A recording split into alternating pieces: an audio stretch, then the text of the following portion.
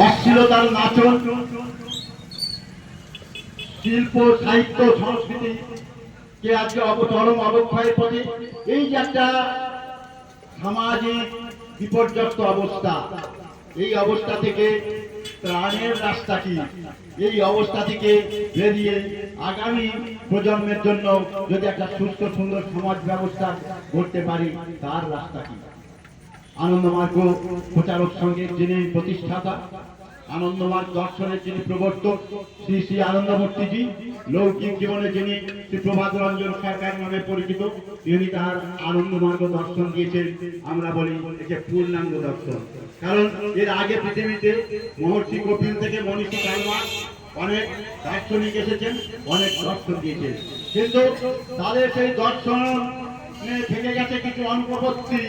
তাদের দর্শনের অপূর্ণতার জন্য তাদের ইচ্ছা থাকলেও তারা আদর্শ সমাজ গঠন করে যেতে পারেনি।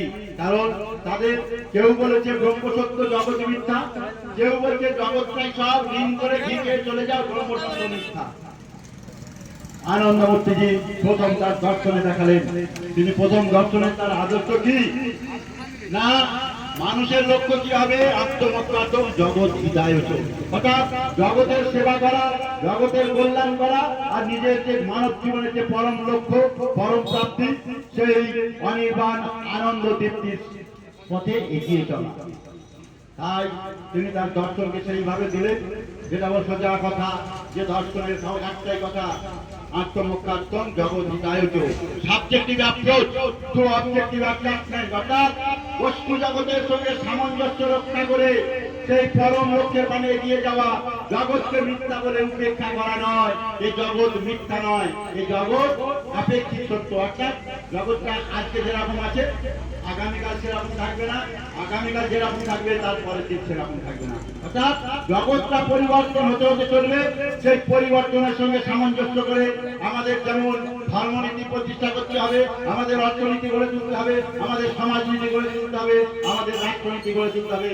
তাই আনন্দমূর্তিজি তার আধ্যাত্মিক দর্শনের যেমন তার আধ্যাত্মিক জীবনের সমস্ত জিজ্ঞাসার উত্তর দিলেন, আধ্যাত্মিক অনুশীলনের পথ দেখালেন, পাশাপাশি তিনি দিলেন একটি সামাজিক অর্থনৈতিক তত্ত্ব, যার মাধ্যমে প্রতিটা মানুষের ঘরে ক্ষুধারণ্য, পরনের বস্ত্র, শিক্ষা চিকিৎসার উপকরণ এবং বেঁচে থাকার মাথা গোঁজার একটা ঠাঁই প্রতিটা মানুষ পায়। তারই পথ দিলেন তিনি প্রাউড প্রোগ্রেসিভ ইউটিলাইজেশন থিওরি, প্রগতিশীল উপযোগ তত্ত্বটার নাম দেওয়া হয়েছে। আজকে আমরা সেই প্রাউড সম্পর্কে কিছু এখানে বলতে এসেছি। প্রথমে বলি প্রাউড কি চায়। প্রাউডের কথা হচ্ছে একটা চাই মানুষকে পৃথিবীতে সম্পদের অভাব নেই, জীব দিয়েছেন যিনি, আহার দেবেন তিনি। জগৎ যার সৃষ্টি করেছেন সেই পরম স্রষ্টা, তিনি যেমন জীব সৃষ্টি করেছেন তেমনি তার বেঁচে থাকার সমস্ত প্রকার রসদ এই প্রকৃতির মধ্যেই আছে। মানুষকে তিনি বুদ্ধি দিয়েছেন, বিবেক দিয়েছেন, মানুষ তার বুদ্ধি বিবেককে কাজে লাগিয়ে শুধু দরকার উপযুক্ত পরিকল্পনা। উপযুক্ত পরিকল্পনা তৈরি করতে গেলে প্রয়োজন উপযুক্ত মানুষ, আদর্শ নেতৃত্ব। আজকের সমাজে সেটারই অভাব। সম্পদের অভাব নেই, অভাব আদর্শ মানুষের, সত্যিকারের জনকল্যাণ করার, সত্যিকারের মানুষের সেবা করার ইচ্ছার অভাব। আজকের নেতৃবৃন্দের সেই জিনিস নেই।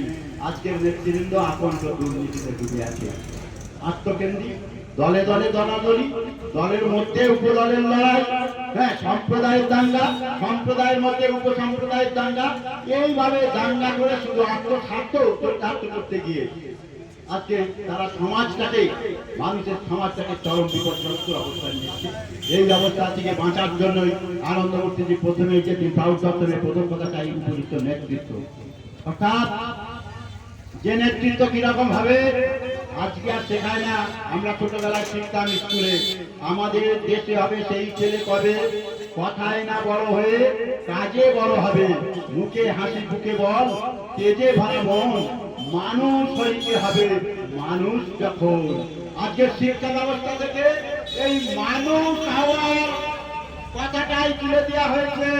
মানুষ হওয়ার পদ্ধতিটা শিক্ষা ব্যবস্থা থেকে তুলে দেওয়া হয়েছে।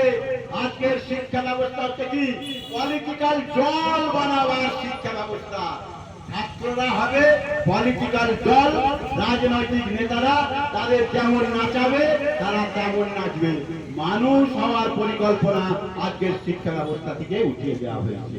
প্রথম গলদটা এখানেই, শিক্ষার গলদ।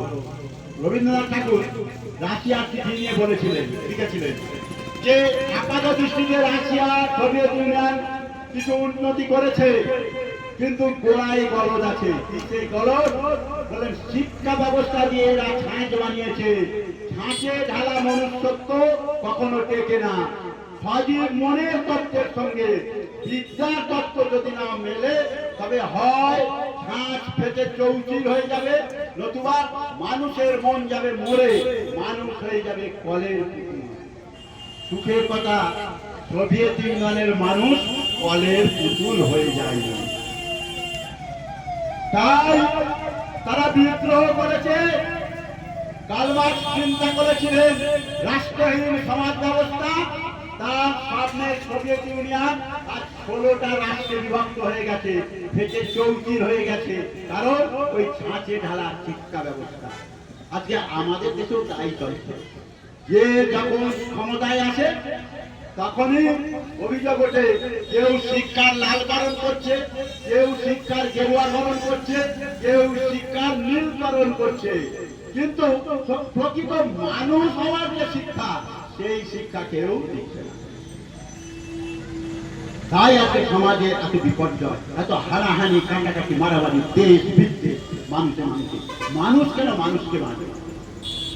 মানুষ কেন মানুষকে খুন করবে? মানুষ কেন মানুষের রক্তে হাত রাঙাবে? আমরা আশপাশে দেখবেন একটা যদি খুন হয়ে যায়, একটা আশপাশে খুন হলে আমরা কি পরিচয় বুঝি?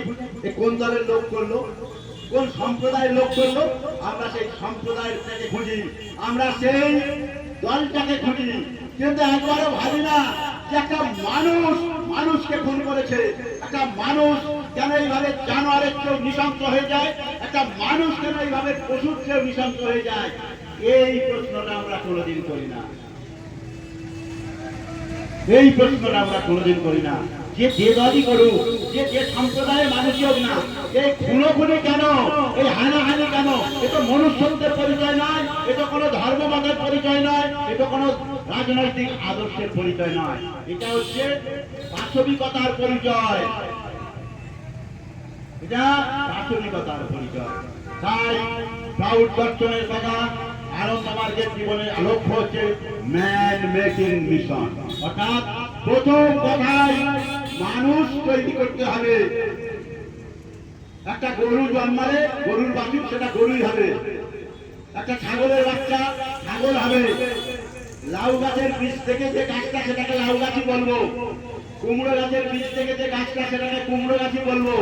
কিন্তু আজ এখানে যে মানব শিশুরা জন্মাচ্ছে, সেই মানুষটা যে মানুষ হবে কেউ বুকে হাত দিয়ে বলতে পারে না। সেই মানুষটা মানব হতে পারে, আবার নর দানব হতে পারে।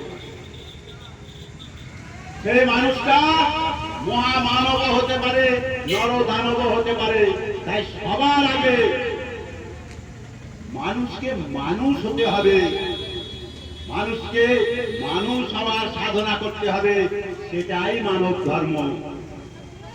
দুঃসাধ্য সাধনার দ্বারা মানুষকে মনুষ্যত্ব অর্জন করতে হয়, এটাই হচ্ছে মানুষের ধর্ম। এই ধর্মকে ত্যাগ করে যে ধর্ম করতে পেছনেই মানুষ ছুটুক, তাতে মানুষের কল্যাণ নেই, মানুষের সর্বজীবের কল্যাণ নেই। তাই সবার আগের কথা মানুষকে মানুষ হতে হবে। তাই ক্লাউড দর্শনে সেই দ্বারাই উঠবে ভাবে প্রকৃত নেতা, এই প্রকৃত মানুষ, বলে বলিয়ান, যাদের মধ্যে রয়েছে মানুষের প্রতি সর্বজীবের প্রতি ভালোবাসা, যার মধ্যে চেতনা জেগেছে নিখিল বিশ্ব ব্রহ্মময়, সবাই আপন, কেউ তো আমার পর নয়। মানুষ যেন মানুষের দরে সব কিছু করে যায়, এ কথাও যেন মনে রাখে। পশু পাখি তার পর নয়, গরুও মাঝে পিতা। এই মানসিকতা না হলে কোন ধর্ম কোন রাষ্ট্র ব্যবস্থা, কোন অর্থনৈতিক ব্যবস্থা মানুষের কল্যাণ করতে পারছে না। তাই সবার আগে প্রয়োজন মানুষকে মানুষ হতে হবে। সেই মানুষের নাম দিয়েছেন আনন্দমূর্তিজি সদ্বিপ্র নেতৃত্ব। অর্থাৎ সমাজকে যারা পরিচালনা করবে, রাষ্ট্রকে যারা পরিচালনা করবে, তাদের হতে হবে আদর্শ প্রথমের নেতা। আধ্যাত্মিকতায় বলিয়ান, মানসিকতায় দৃঢ়, শারীরিক সক্ষম। এই তিনটে গুণ নিয়ে যে নেতৃত্ব গড়ে উঠবে তাকে বলা হয় সদ্বিপ্র নেতৃত্ব। তাই প্রাউড দর্শনে সবার আগে এই সদ্বিপ্র নেতৃত্বের কথা বলা হয়েছে। তারপর তৈরি হবে শিক্ষানীতি, তারপরে তৈরি হবে শিল্পনীতি, তারপরে তৈরি হবে অর্থনীতি।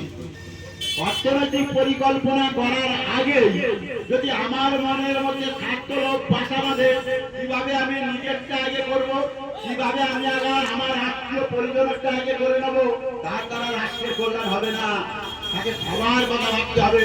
সেই আগে একাই আদর্শ মানুষ, তারপরে গড়ে উঠবে আদর্শ পরিকল্পনা।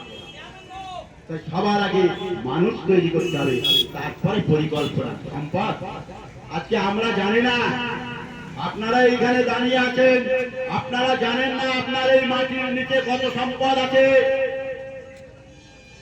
কত সম্পদ আছে।